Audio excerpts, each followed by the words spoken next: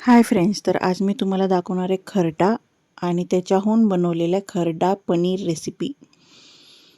तर पहिला मी खरडा करून घेणार आहे। तर त्याच्यासाठी मी तव्यावर तेल घेतलेलं आहे 3 पळी आणि आता त्याच्यात मी लसूण घातलेला आहे। लसूण घालून झाला की मिरच्या घालणार आहे। मिरच्या तुम्ही तुमच्या हिशोबाने घालू शकताय, म्हणजे तिखट कसं तुम्हाला लागते त्या हिशोबाने तुम्ही मिरच्या घालू शकताय। मी कमीत कमी 15 ते 16 मिरच्या घेतलेल्या आहेत। सो मिरच्या घालून झाल्यावर मी थोडे शेंगदाणे घेतलेले आहेत आणि थोडंसं तेल परत घातले, कारण लसूण आणि मिरच्यांमुळे तेल ओढून घेतलेलं।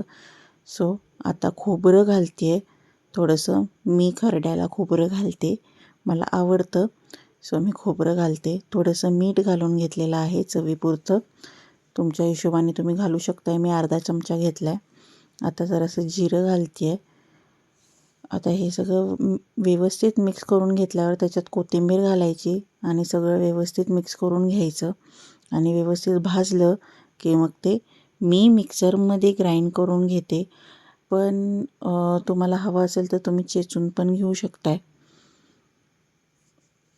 आता हे सगळं मी मिक्सरमध्ये घालून मिक्सरमध्ये बारीक करून घेणार आहे आणि तुम्हाला दाखवणार आहे कसं आहे ते। बघू शकताय तुम्ही कसं किती त्याचं बारीकपणा असायला पाहिजे किंवा किती भरडं ते बारीक करून घ्यायचं ते तुम्हाला दाखवणार आहे। खरडा कसा ठेवायचा आहे तो, जास्त पण बारीक करायचं नाही, जास्त पण मोठं ठेवायचं नाही, मीडियम ठेवायचं आहे, म्हणजे एकदम त्याची चटणी पण होता कामा नये आणि एकदम मोठं पण राहता कामा नये। असं भरडं करून घ्यायचं आहे। आता खरडा कसा करायचा ते दाखवते। पनीर घेतले मी, मलाई पनीर घेतलेलं आहे अमूलचं आणि त्याचे मी तुकडे करून घ्यायला लागले अशा प्रकारे। आणि आता खरडा काढून घेतलेला आहे। या खरड्यात आहे ना, मी विसरली घालायचं, पण आपण जरासं तेल घालू शकतो त्याच्यात।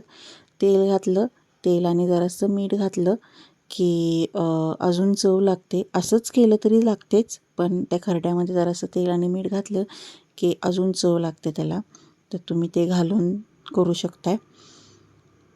तर हे सगळे व्यवस्थित चारी बाजूनी त्याला व्यवस्थित खरडा लावून घ्यायचा आहे आणि मग नंतर पॅनमध्ये थोडंसं तेल, मी 2 चमचे तेल घेतले। 2 चमचे तेल घेऊन त्याच्यामध्ये ते व्यवस्थित तेल गरम झालं की ते सगळे भाजून घ्यायचे आहेत। बघा तुम्ही बघू शकतायच कसं मस्त लालसर असा कलर आला आहे त्याला।